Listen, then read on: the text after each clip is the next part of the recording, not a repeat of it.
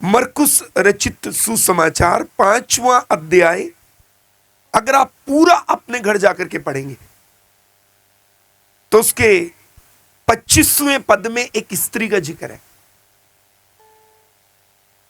और बाइबल में इस प्रकार से लिखा है, यूं लिखा है, एक स्त्री थी जिसको 12 वर्ष से लहू बहने का रोग था। उसने बहुत से वैद्यों से बड़ा दुख उठाया और अपना सब माल व्यय करने पर भी उसे कुछ लाभ ना हुआ, परंतु और भी रोगी हो गई थी।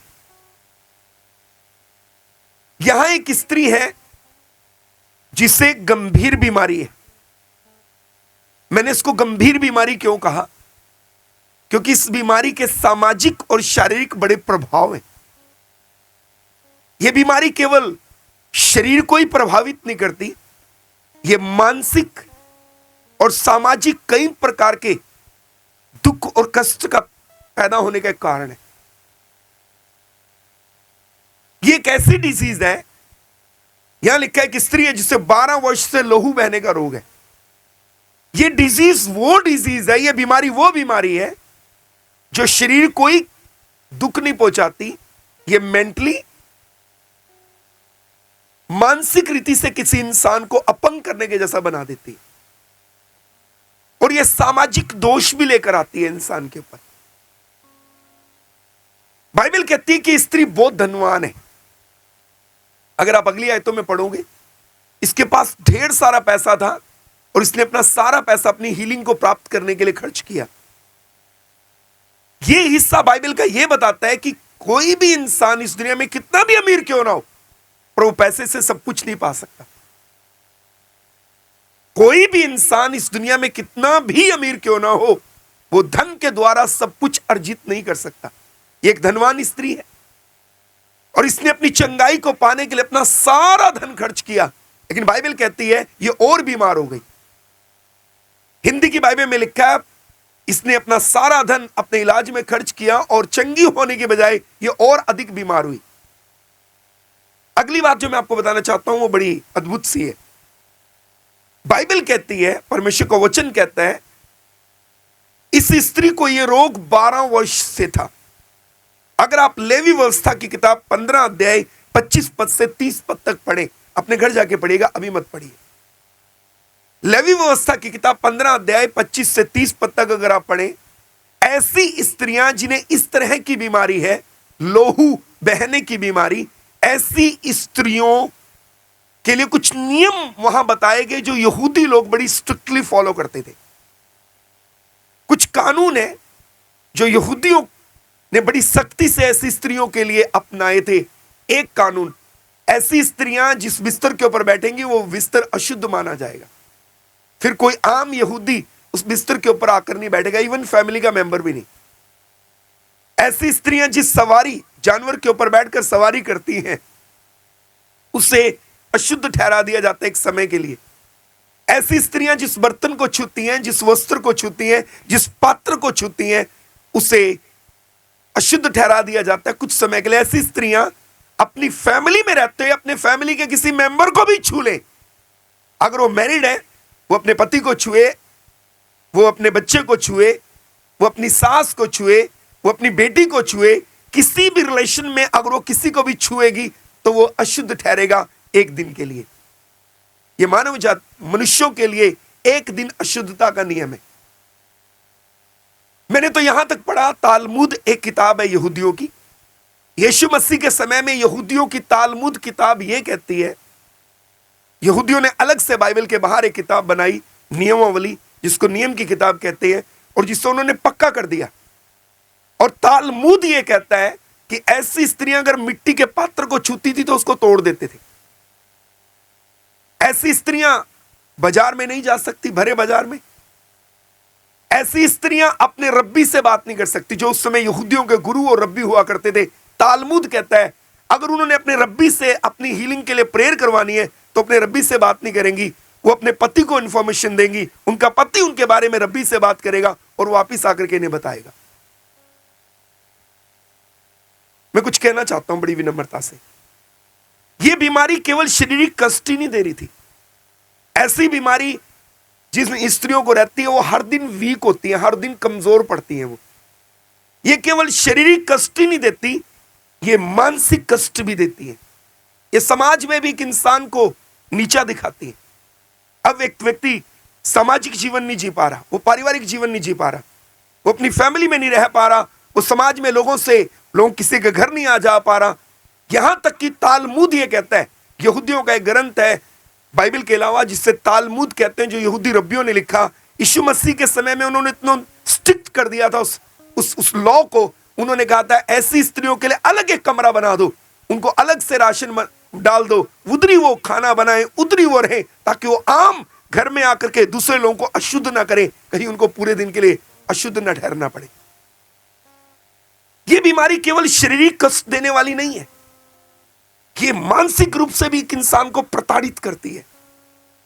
ये बीमारी केवल मानसिक ही प्रताड़ित नहीं करती, ये सामाजिक रीति से भी एक इंसान को नीचा दिखाती है और उसे एक ऐसा जीवन जीने के लिए मजबूर करती है जो अपमान और अकेलेपन का जीवन है। बाइबल कहती है कि यहां पर एक स्त्री है, इसे 12 वर्ष से लहू बहने का रोग है, और परमेश्वर का वचन कहता है कि स्त्री यह कहा करती थी, अगर मैं यीशु के वस्त्र के, यीशु मसीह ने जो वस्त्र पहना हुआ था, यहूदी लोग जो उसमें वस्त्र पहनते थे, ऊपर वाले वस्त्र के आखिरी में डोरियां लगी होती थी, उसमें धागे लगे होते थे। अगर आप मैसेज ट्रांसलेशन पढ़े, हमारी बाइबल के कई ट्रांसलेशन है, मैसेज ट्रांसलेशन में ऐसा लिखा है, ये कहती थी मैं अपनी अकेली एक उंगली से अगर उसके वस्त्र की डोरी के धागे को भी जाकर छू लूंगी ना तो भी चंगी हो जाऊं। अब मैं आपको कुछ कहना चाहता हूं, यह स्त्री गई और इसने जाकर के यीशु मसीह को भीड़ में से पीछे से जाकर उसके वस्त्र की डोरी के धागे को छू लिया। मैं आपको कहना चाहता हूं यह आसान काम नहीं था। यहूदी रब्बियों की परंपरा के अनुसार, रीति रिवाज के अनुसार, इससे पहले मैं आगे बढ़ूं, मैं आपको कुछ शेयर करना चाहता हूं अपने हार्ट से जो मेरे हृदय में प्रभु ने रखा। आपको मालूम है आज बहुत से मसीह लोग कुछ श्रापों के नीचे हैं, और वो क्यों है मेरा टॉपिक नहीं है पर बीच में आ गया, पवित्र आत्मा मुझे बार बार उभार रहा था कि मैं बात बोल दूं। बहुत से मसीह लोग कुछ श्रापों के नीचे, पर उन्हें पता नहीं वो श्रापित है, वो स्ट्रगल में है, पर उन्हें पता नहीं वो स्ट्रगल में क्यों है। आप याद रखना, यीशु मसीह ने यह नहीं कहा धरती पर आकर कि मैं व्यवस्था की किताबों को लोप करने आया हूं, यीशु ने कहा मैं पूरा करने आया हूं। पर यीशु मसीह ने कुछ यहूदियों का विरोध किया, कुछ व्यवस्थापकों का, कुछ शास्त्रियों का, कुछ यहूदी रब्बियों का विरोध किया, यहां तक उन्होंने चुना फिरी कब्र तक कह डाला। क्यों? यीशु ने कहा तुम कटोरे को बाहर से मांजते। क्यों? बड़े ध्यान से सुनना मेरे प्रियो, हमारी बाइबल में किताब है, उसका नाम एजरा नबी की किताब है। जब 70 साल की गुलामी से यहूदी लोग वापिस लौटे, उस समय में नेहमिया ने दीवार बनाई। एजरा उस समय बाइबल का, हिंदी की बाइबल लिखा है, सबसे बड़ा शास्त्री था इसका, वो पुराने नियम का, मूसा की व्यवस्था का, तौरात का सबसे अधिक बेहतर जानने वाला एक व्यक्ति था एजरा। उस समय जरुब्बाबेल ने मंदिर को बनाना शुरू किया जब ये वापिस आते हैं गुलामी से। याद रखना, एजरा जब शास्त्री था और बाइबल का सही ओल्ड टेस्टमेंट का ज्ञाता था, स्कॉलर था। शास्त्री माने कुछ अनुवाद में स्कॉलर लिखा है, कुछ अनुवाद में प्रोफेसर लिखा है। सुनिए, बड़ी विनम्रता से कहना चाहता हूं, एजरा के समय में एक लॉ चला और वो कानून ये था यहूदियों में, जो एजरा को मालूम है उसने कुछ लोगों को सिखाया, उन्हें जाके बोला ये आम यहूदी लोगों में जाकर तुम ये सारी परमेश्वर की विधियां और जो मूसा की व्यवस्था उसको सिखाओ। आगे जिन्हें सिखाया गया उन्होंने उसके आगे कुछ लोगों को सिखा दिया, तुम जाओ और यहूदियों में जाकर के परमेश्वर के सारे नियम और उसकी विधियां सिखाओ। अब जब एक व्यक्ति ने, एजरा ने कुछ लोगों को तैयार किया, उन्होंने आगे कुछ लोगों को तैयार किया, उसके आगे उन लोगों ने कुछ लोगों को तैयार किया, और ये तैयार होते होते आगे बन गए शास्त्री, फरीसी और रब्बी।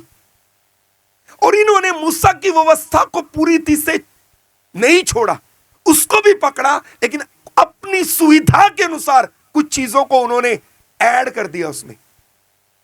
यही वो कारण था, प्रभु यीशु मसीह ने यह कहा था तुम मनुष्यों की विधियां लोगों को परमेश्वर की विधियां करके सिखाते।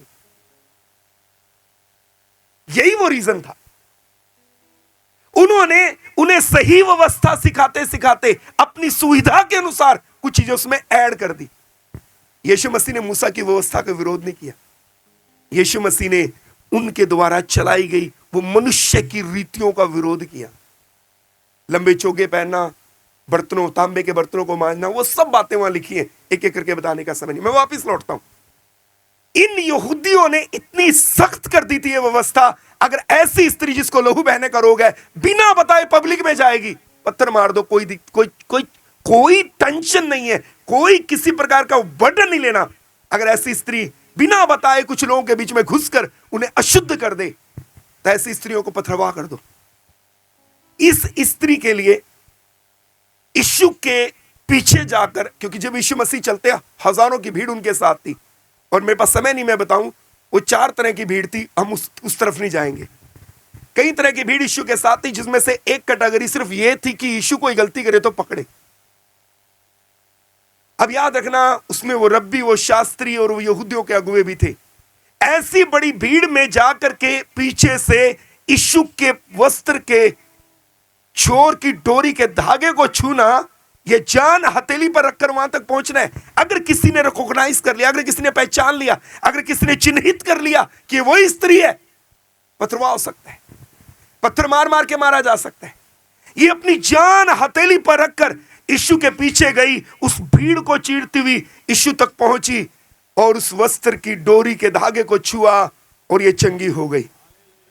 बोलिए हालेलुया, बोलिए हालेलुया। मैं आपको कुछ कहना चाहता हूं, मैंने इसके ऊपर कई बार सरमन दिया है by the grace of God. Yeshu को पीछे से जाकर इतनी बड़ी भीड़ में से जान हथेली पर रखकर, आज मैं मर सकती हूं, जान हथेली पर रखकर जाकर इस भीड़ में से यीशु के वस्त्र की डोरी को, धागे को छूना, ये जान जोखिम में डालना है, जान हथेली पर रखकर पहुंचना है, ये आसान काम है। मैं कहता हूं इस स्त्री के लिए आसान काम था, बहुत इजी था। इस स्त्री के लिए मुश्किल काम नहीं है। इस स्त्री के लिए काम बहुत आसान है। इससे भी मुश्किल इसके लिए एक और काम था। अब बताऊंगा, आप कहेंगे इससे मुश्किल क्या हो सकता है, जान को अपनी जोखिम में डालना, इससे बड़ा काम क्या हो सकता है।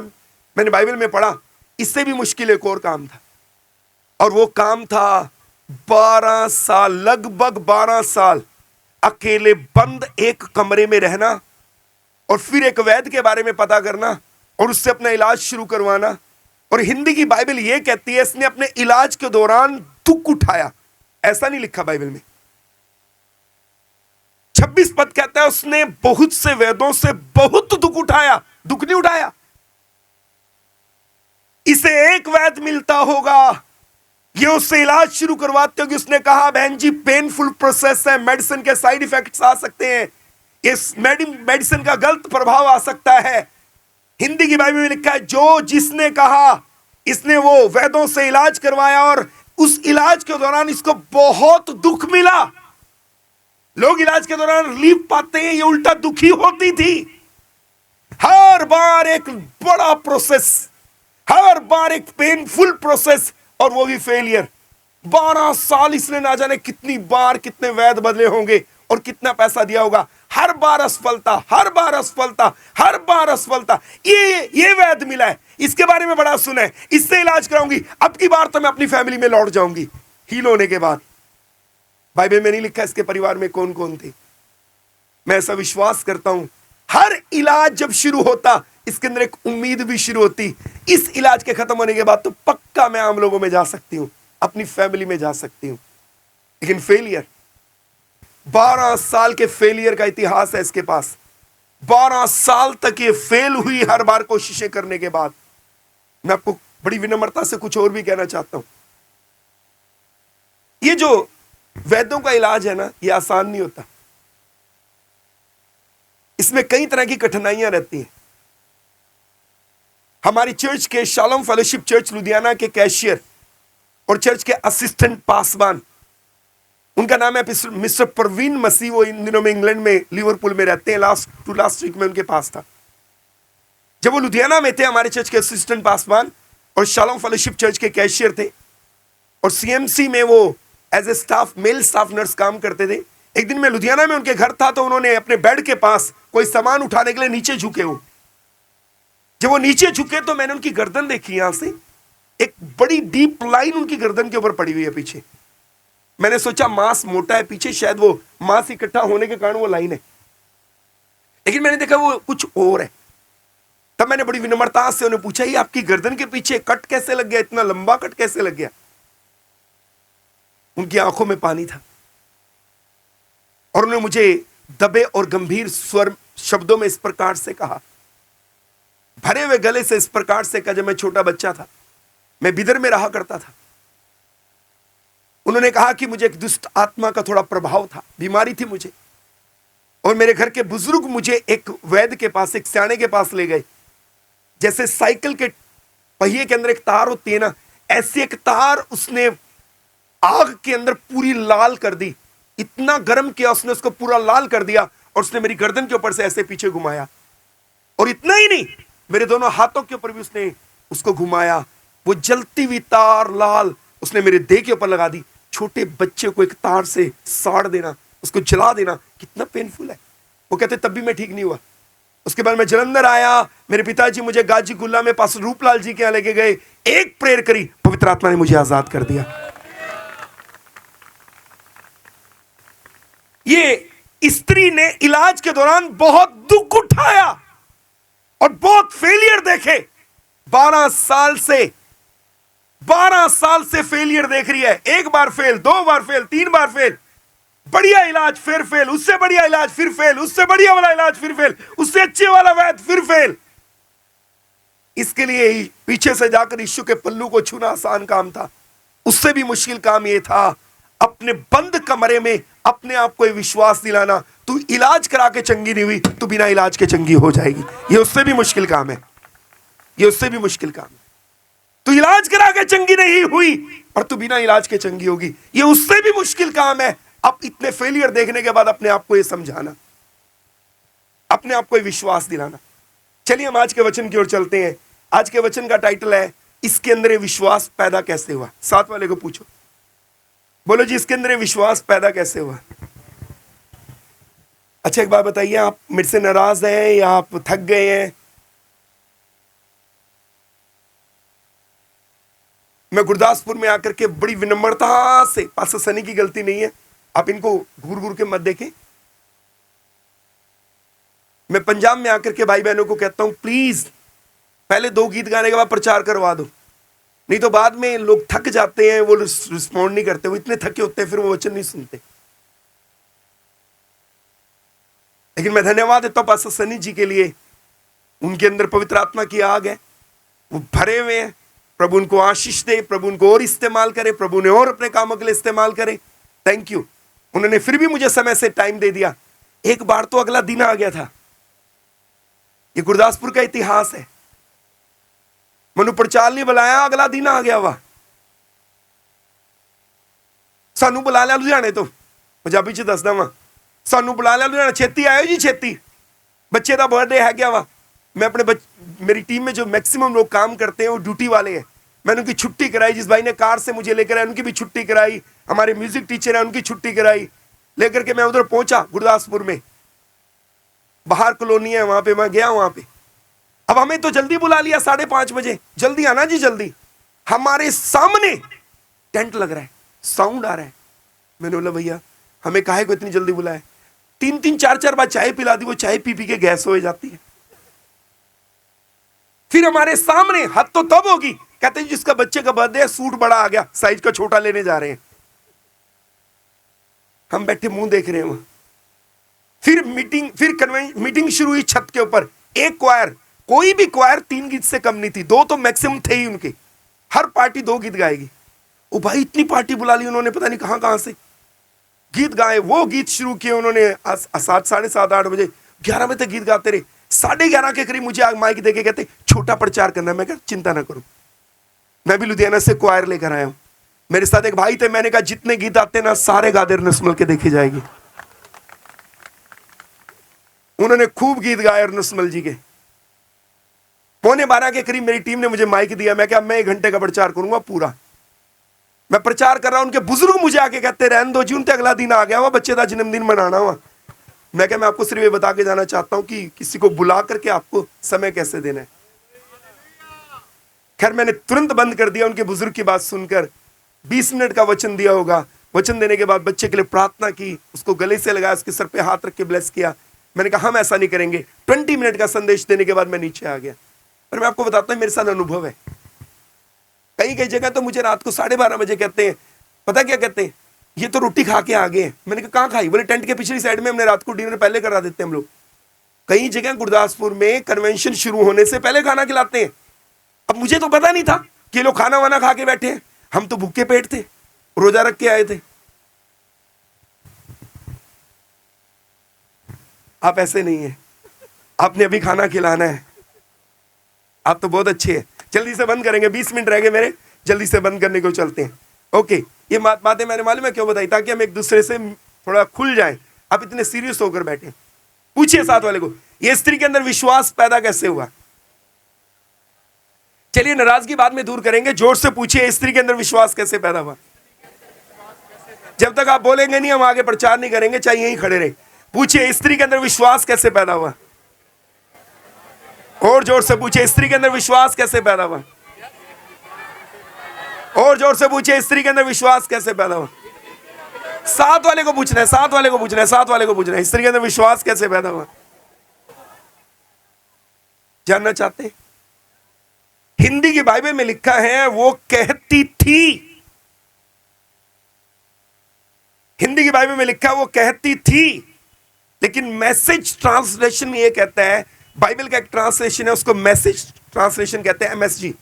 वो ये कहता है वो बार बार अपने आप से कहती थी, क्योंकि और तो कोई है नहीं इसके बाद कहने वाला, अलग कर दिया गया है इसको।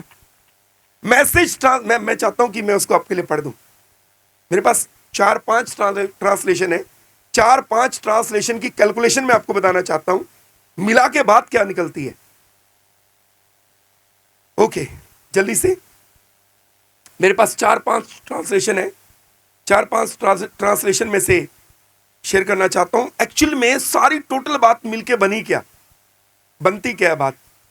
हाँ जी, यहां लिखा है, she was thinking to herself, she was thinking to herself, if I can put a finger on his robe I can get well. ये एमएसजी मैसेज ट्रांसलेशन कहता है, वो ये कहती थी अगर मैं अपनी एक उंगली से उसके पल्लू की डोरी को, धागे को जाकर टच भी कर लूंगी ना तो चंगी हो जाऊंगा। लिखा वो खुद को कहती थी। मैसेज ट्रांसलेशन कहता है वो खुद को कहती थी। और एक और ट्रांसलेशन है बाइबल का, उसमें ऐसा लिखा है वो बार बार कहती थी। अब जोर से मेरे पीछे बोलिए, बार बार कहती थी, खुद को कहती थी। जोर से बोलिए, बार बार कहती थी, खुद को कहती थी। अगर मैं पीछे से जाकर यीशु मसीह के वस्त्र की डोरी के धागे को ही एक अकेली उंगली से भी छूंगी ना, चंगी हो जाऊंगी। बोलो, बार बार कहती थी। अरे जोर से बोलो, बार बार कहती थी। हाथ उठाकर बोलो, बार बार कहती थी। 5-10 मिनट होने हमारे पास। मैं चाहता हूं कि हम एक अच्छे माहौल में वचन को सीखें। जोर से बोलिए, बार बार कहती थी। बोलिए हालेलुया। बाइबल ये कहती है कि जब एक बात को आप बार बार अपने मुंह से बोलते हैं तो आत्मिक जगत में पक्की हो जाती है। आपको पता है, आपको पता है आत्मिक जगत के अंदर लड़ाई हथियारों से नहीं है, तलवारों से, भालों से नहीं है। आत्मिक जगत, स्पिरिचुअल रैलम में लड़ाई तलवारों से, भालों से और हथियारों से नहीं है। आत्मिक जगत में जब भी लड़ाई होती है शब्दों से होती है, वर्ड से होती है, वर्ड से लड़ाई है। इसलिए यूहन्ना 1:1 में लिखा, आदि में वचन था, वचन परमेश्वर के साथ था, वचन परमेश्वर था, सब कुछ वचन के द्वारा पैदा हो। इंग्लिश में लिखा वर्ड। शब्दों, जब आप एक बात को बार बार बार बार बोलते हैं तो आत्मिक जगत में कुछ चीजें पक्की हो जाती हैं, कुछ चीजें पक्की हो जाती हैं। एक बात को जब आप बार बार दोहराते हैं, आत्मिक जगत में कुछ चीजें पक्की हो जाती हैं। मैं आपको बड़ी विनम्रता से कुछ कहना चाहता हूं। बड़ी हम्बली मैं आपको कुछ कहना चाहता हूं, बड़े ध्यान से सुनना मेरे प्रियो। ये जो जादू टोना है ना, काला जादू, सफेद जादू, ये जादू, वो जादू, ये जो मैजिक लोग करते हैं, मैंने ना किया, ना कभी करूंगा, ना मैंने किया था, ना कर रहा हूं, ना मेरे से कभी होगा, पर मुझे उसके बारे में मैंने सुना है। जादू कैसे होता है मालूम है? ब्लैक मैजिक कैसे होता है? वो एक लाइन को लेते हैं किसी इंसान के लिए और उसका नाम लेते हैं और उस लाइन को लाखों बार दोहराते हैं, और कभी कभी शमशान घाट में, कभी कभी कब्रिस्तान में जाकर दोहराते हैं, एक ही लाइन को बार बार दोहराते हैं। मैं आपको कुछ कहना चाहता हूं बड़ी विनम्रता से, हम जादू नहीं कर रहे, लेकिन हम वचन की सच्चाई पे खड़े हैं। और वचन ये कहता है वो स्त्री अपने आप से, क्योंकि और तो कोई है ही नहीं इसके पास, मैसेज ट्रांसलेशन ये कहता है कि वो अकेली रहती थी, हर सेल्फ वो खुद से बार बार कहती थी, यीशु के वस्त्र की डोरी के धागे को छूंगी, चंगी हो जाऊंगी, उंगली से जाकर चंगी हो जाऊंगी, चंगी हो जाऊंगी। वो बार बार कहती थी, बार बार कहती थी। मैं बड़ा विनम्रता के साथ आपके सामने बात रखना चाहता हूं, वो मत बोलो जो आप देख रहे हो, वो बोलो जो आप देखना चाहते हो। जोर से बोलिए हालेलुया। साथ वाले को बोलो, वो मत बोलो जो आप देख रहे हो, वो बोलो जो आप देखना चाहते हैं। इस स्त्री ने 12 साल के फेलियर देखे थे, अब ये 12 साल के फेलियर नहीं बोल रही, ये वो बोल रही है जो ये देखना चाहती है। और इसने देख लिया, इसने देख लिया, इसने देख लिया। बोलिए हालेलुया। कितनों को समझ आया? ये 12 साल के फेलियर नहीं बोल रही, ये वो बोल रही है जो ये देखना चाहती है, और इसने देख लिया। कितनों को समझ आया?